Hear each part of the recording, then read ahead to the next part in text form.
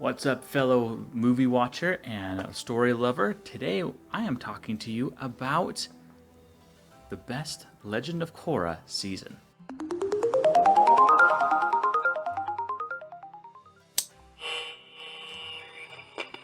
Now, before I get into that, I would just want to apologize about how sporadic things have been lately.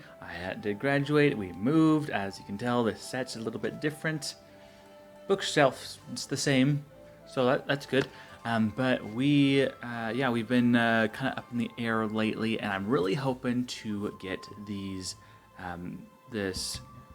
project, the channel continuing going, and continues to have a conversation with you.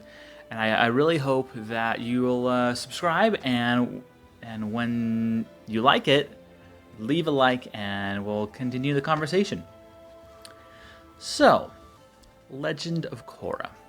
Legend of Korra being the sequel series to Avatar Last Airbender. And in Legend of Korra, we go from fighting a non-bender villain to a spirit villain to an airbender villain, and finally to an earthbender villain.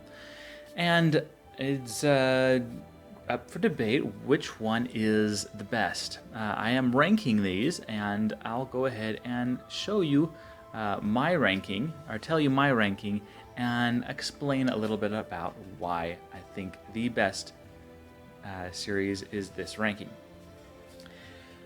First off, I'm going to start from worst to best. Worst season is the final season, the one that they're fighting Kuvera.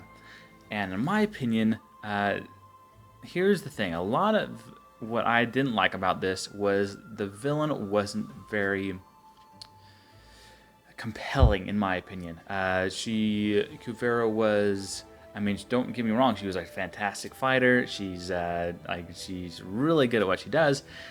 But I didn't feel like she had that much of a character development.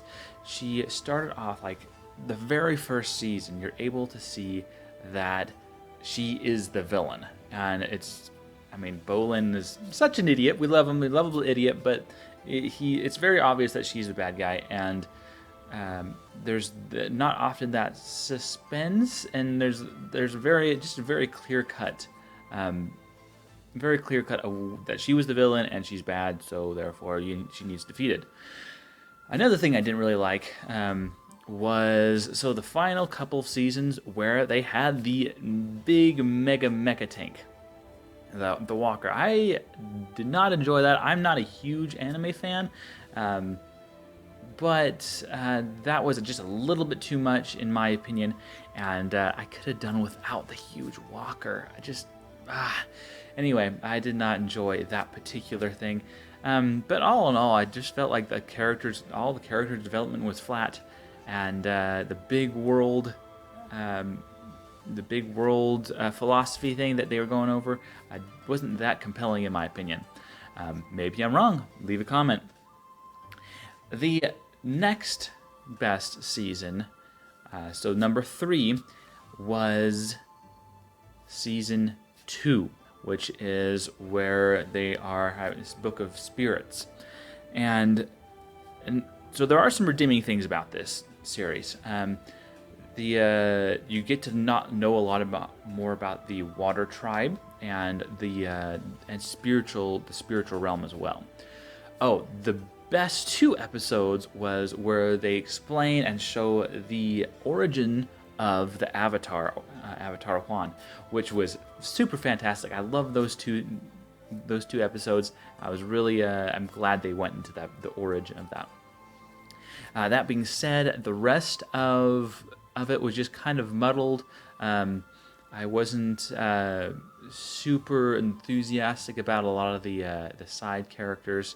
I just feel that it wasn't that development was super great. If you disagree with me, again, leave a comment. Number 2, the second best season was season 1. And that's where you're fighting Amon and the anti-benders. This one to me is just super classic. Like you go into the introduction of Republic City. It's a very you have that character arc with Korra learning airbending and failing at it most of the time, and then finally pushing it through. For my opinion, her development was very significant in that season. So having that development really made it for me. And plus the first couple episodes where they're doing the boxing, I'm a sucker for boxing and arena-like fighting. And the best season, in my opinion, obviously is the third. This is where the villain is Zahir. Now, I am obsessed with good villains. Good villains are very hard to come by nowadays, though. In my opinion, I thought it was super awesome that they had a team of benders that were like significant. They were great benders, and they were all villains, and they all had that. Especially Zahir had that philosophy of freedom, and you could see where he was coming from. In my opinion, like you could see that he was trying to free the world of tyranny, and obviously going about the wrong way. And I think that was just super amazing. Where they had they had the Team Avatar, but they also had the Team Lotus, the Team Red Lotus, I think it was. And I think it was super great that they had an organization that was kind of anti Team Avatar, which is super cool in my opinion. And plus, I mean, you get to see Zuko in that one a lot more, which is I love Zuko. And so there you go. That is my opinion. The Legend of Korra ranked, the seasons ranked, in my opinion. Now, if you disagree with me, that's okay. Let's talk about that in the comment section. Now, remember, it's not what you watch, but how you watch it that makes you a scholar.